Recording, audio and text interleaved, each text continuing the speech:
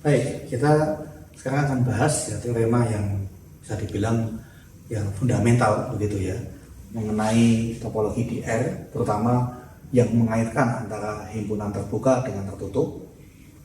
Memang himpunan itu tidak hanya antara terbuka atau tertutup, bisa juga kedua-duanya, bisa juga tidak dua-duanya.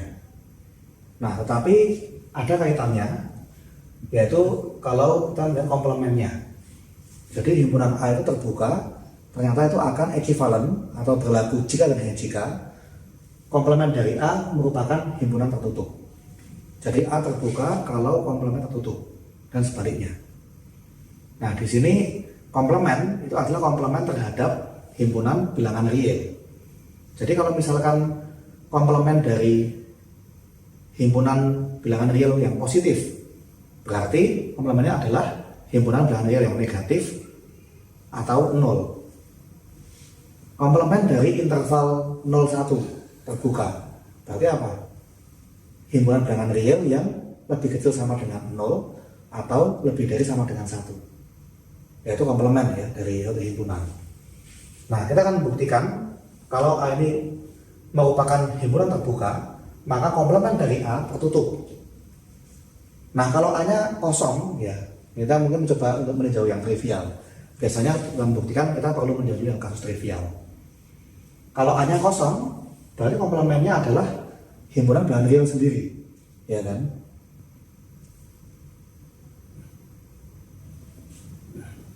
Yang mana ini terbuka sekaligus tertutup. Jadi ya tinggal Anda lihat saja konteksnya. Kalau misalkan Anda mengambil A-nya itu kosong, dia terbuka, berarti komplemennya tertutup, begitu kan? Kalau Anda ambil A-nya itu himpunan bilangan real, komplemennya kosong. Bilangan real terbuka, kosong tertutup. Jadi kalau A-nya kosong, A komplemen real dan sebaliknya. Ya, berarti yang ini merupakan kasus trivial, pasti komplemen terbuka dan tertutup. Sehingga kita nggak perlu meninjau kasus yang trivial lagi, sudah cukup jelas. Maka kita cukup meninjau untuk yang A-nya tidak kosong, tapi juga nggak sama dengan himpunan bilangan real sendiri. Ya, jadi dia nggak kosong dan komplemennya juga nggak kosong. Nah, kalau membuktikan ya ini diimplikasi. Kita buktikan dari ruas kiri ke ruas kanan dan sebaliknya dari kanan ke kiri. Oke, saya coba buktikan dari ruas kiri ke ruas kanan. Kita coba lihat di sini. Ya, kita pertama ya diketahui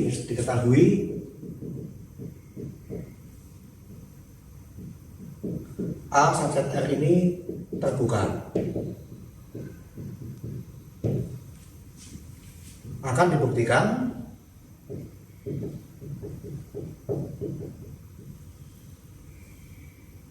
A komplemen ini tertutup.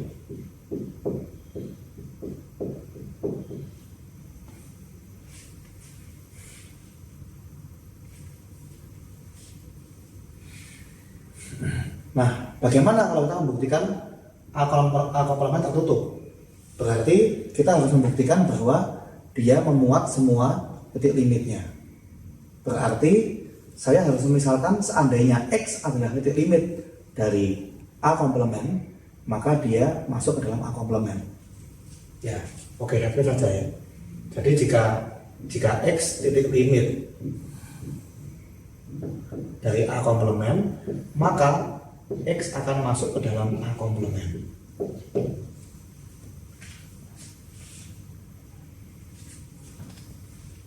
Jadi supaya jelas ya apa yang mau dibuktikan. Nah, kalau X titik limit dari A komplemen, apa yang terjadi? Ya. Jadi ambil sebaran X bilangan real yang merupakan titik limit dari A komplemen.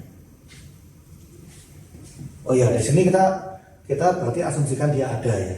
Karena kalau nggak ada, berarti pasti tertutup ya. Dia memuat semua titik limitnya, padahal dia nggak titik limit. ya berarti nggak apa-apa. Berarti kan dia juga memuat kosong kan berarti. Jadi ya kita bisa berasumsi bahwa dia punya titik limit.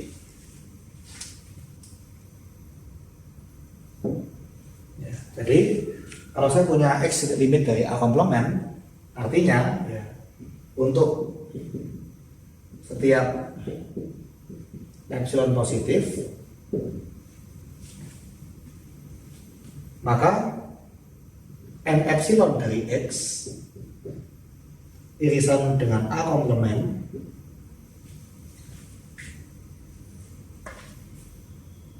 begini dikurangi dengan X sendiri itu tidak boleh kosong. Ya, ini saya cuma menerjemahkan kembali dalam satu simbol. Ya, jadi kalau titik limit dari A komplement berarti setiap persekitaran epsilon positif pasti beririsan dengan A komplement dan irisannya itu tidak hanya X sendiri. Jadi pasti ada X dan suatu bilangan lain. Nah, ini artinya apa? N epsilon dari X ini pasti ada irisannya dengan A komplement. Gitu ya.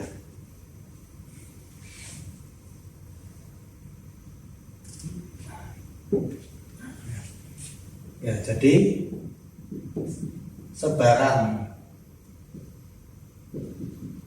persekitaran epsilon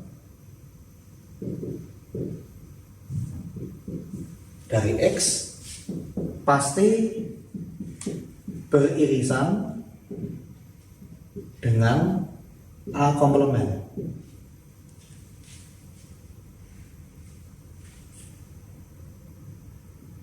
Jadi pasti ada anggota persekitaran epsilon dari X yang masuk ke dalam A komplement.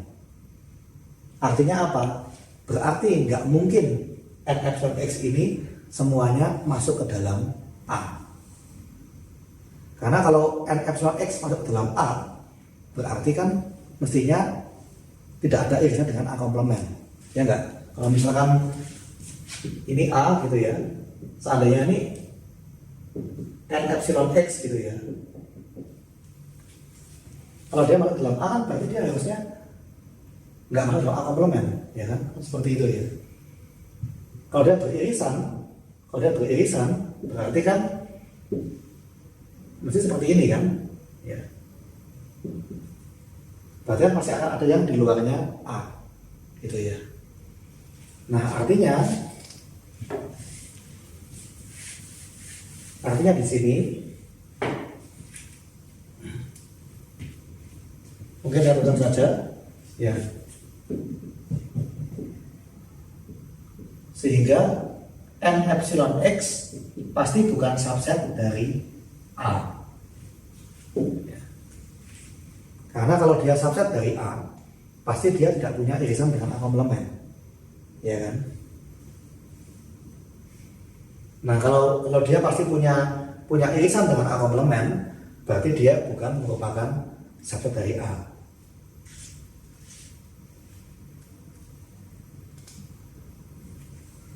Oke, ya. Nah, kemudian di sini kita kembali bermain logika. Seandainya X ini anggota dari A, ya. Jadi ini apa? Andaikan X anggota dari A, maka haruslah X titik dalam dari A.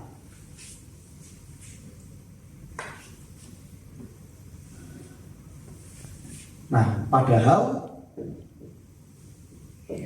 untuk setiap epsilon positif, n epsilon X bukan merupakan subset dari A. Padahal tadi apa definisinya? Ada suatu persekitaran epsilon yang semuanya termuat di dalam A. Padahal dari penjabaran sebelumnya tidak ada persekitaran epsilon yang merupakan subset dari A. Ya. Nah, sehingga X bukan titik dalam dari A.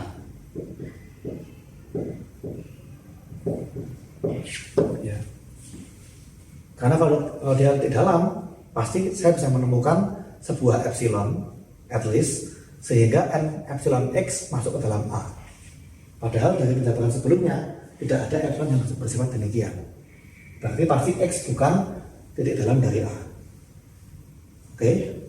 Nah, padahal kalau dia anggota A nya terbuka gitu ya. Karena ini A terbuka ya. Ini kan karena A terbuka. Karena A terbuka.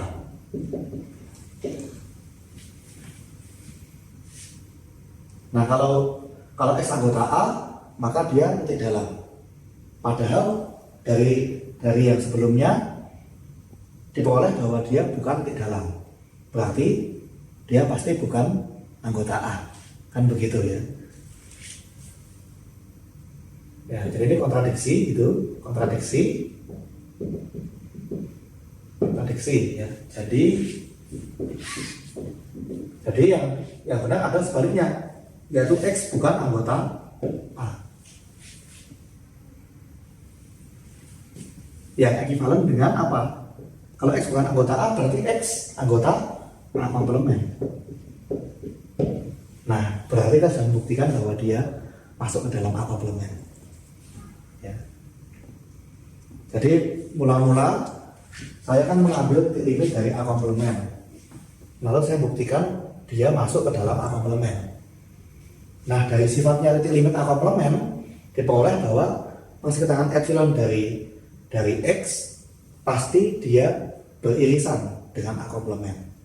Akibatnya setiap n epsilon X tidak mungkin semuanya berada dalam A, karena ada sebagian yang masuk ke dalam A komplemen. Nah, karena n epsilon X ini bukan merupakan himpunan bagian dari A, maka itu artinya dia bukan merupakan titik dalam dari A. Padahal A itu terbuka, setiap anggotanya harus merupakan titik dalam. Nah, padahal bukan titik dalam, berarti dia bukan anggota A, kan begitu, ya. Ya misalkan ya terus mahasiswa aktif harus punya KTM. Kalau dia nggak punya KTM, berarti dia bukan mahasiswa aktif, kan begitu. Nah, kalau dia bukan anggota A, berarti apa? Dia anggota A komplemen. Yang berarti sudah menunjukkan apa yang mau dibuktikan. Ya. Ya, jadi ini cukup untuk membuktikan bahwa A komplemen tertutup.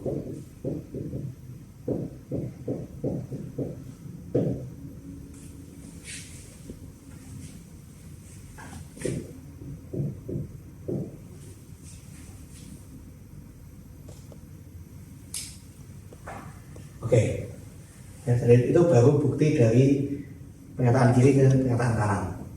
Nah, sekarang kita buktikan yang sebaliknya, gitu ya. Diketahui A komplemen tertutup, kita akan membuktikan bahwa A merupakan himpunan yang terbuka. Oke, ya, jadi sekarang diketahui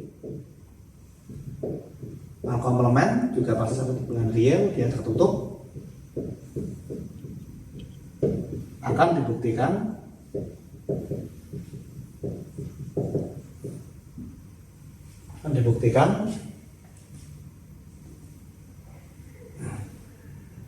A terbuka. Yaitu apa? Kalau X anggota dari A, maka X merupakan titik dalam dari A.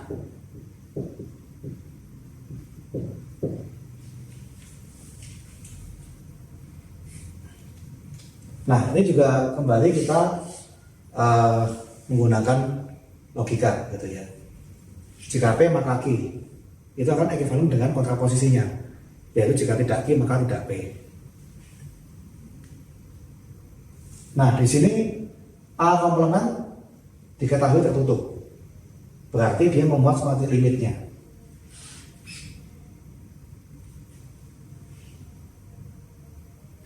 Oke, mungkin gini ya. A komplement tertutup ya. Berarti kan apa? Kalau ya karena A komplement tertutup, maka kita akan punya ya kalau X titik limit dari A komplement, maka X anggota dari A komplement. Ini ya. Nah, berarti kalau misalkan kita cari kontraposisinya bagaimana? Berarti kalau X anggota dari A, ya, kan ini pasti dua hal yang bertentangan ya. Maka X pasti bukan titik limit dari A komplement.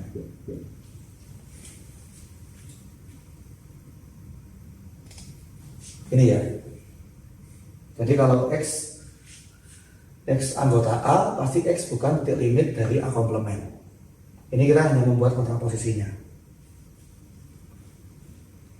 Nah, karena X bukan berarti gimana harusnya? Oh, berarti ambil sebarang X anggota A gitu ya. Ya. Berarti ambil sebarang X anggota A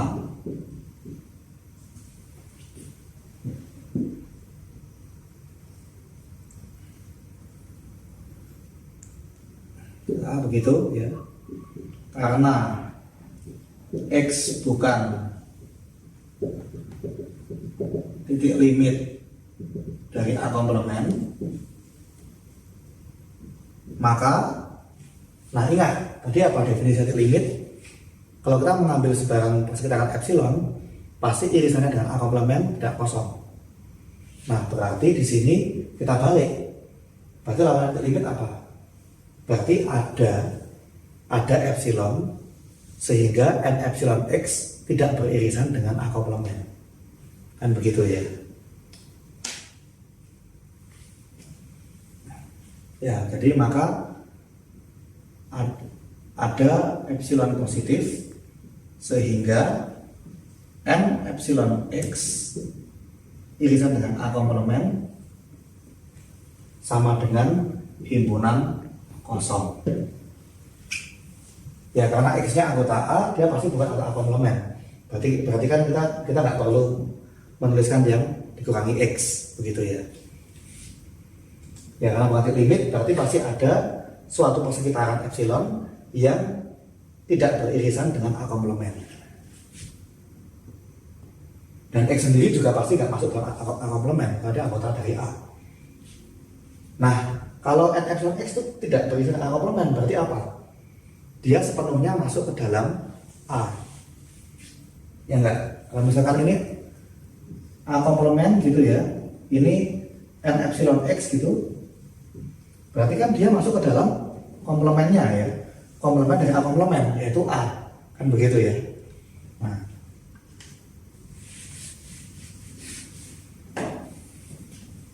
ya jadi dengan kata lain,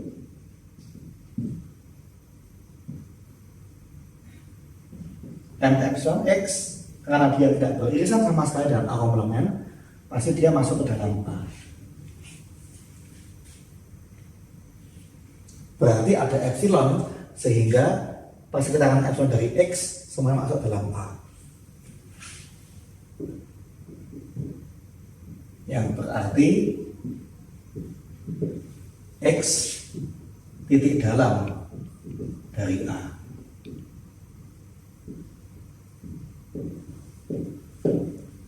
Ya. Jadi terbukti A terbuka.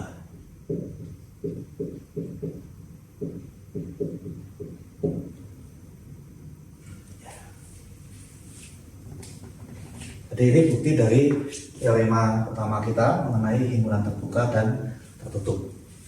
Ya, nanti dengan demikian kita juga bisa sih misalkan karena tadi irisan dari dua himpunan terbuka itu pasti terbuka. Kalau kita komplementkan ya berarti ya gabungan dari himpunan tertutup pasti juga tertutup seperti itu ya. Dan ya masih banyak lagi yang bisa anda buat ya, itu dengan hukum De Morgan. Ya, jadi ini pembuktian ya, dari teorema bahwa kalau A terbuka maka komplemennya tertutup. Di berbagai macam buku mengenai analisis real itu kadang-kadang berbeda-beda. Kalau tadi saya mendefinisikan himpunan tertutup itu sebagai himpunan yang memuat semua titik limitnya. Tetapi di buku yang lain ada yang mendefinisikan himpunan tertutup sebagai dia tertutup jika komplemennya terbuka. Jadi yang ini malah dijadikan definisi. Lalu dia memuat titik limitnya itu jadi sebuah teorema. Nah, jadi memang itu ada perbedaan gaya tulis ya di antara satu buku dengan buku yang lain. Memang kadang ada perbedaan gaya tulis. Di satu buku ini dijadikan definisi, dijadikan teorema. Tapi juga ada yang sebaliknya, malah ini jadi definisi, ini jadi teorema. Nah, ya tapi tidak masalah. Yang penting kita tahu bahwa semua itu ekivalen. Seperti itu. Ya. Dan ini juga teoremanya berbunyi jika dan hanya jika. Jadi tidak masalah. Ya, jadi itu materi dari saya mengenai topologi di R. Ya, semoga ini bisa memberikan tambahan pengetahuan, dan semoga nanti juga di materi-materi berikutnya ini bisa cukup berguna. Demikian untuk materi minggu ini, terima kasih.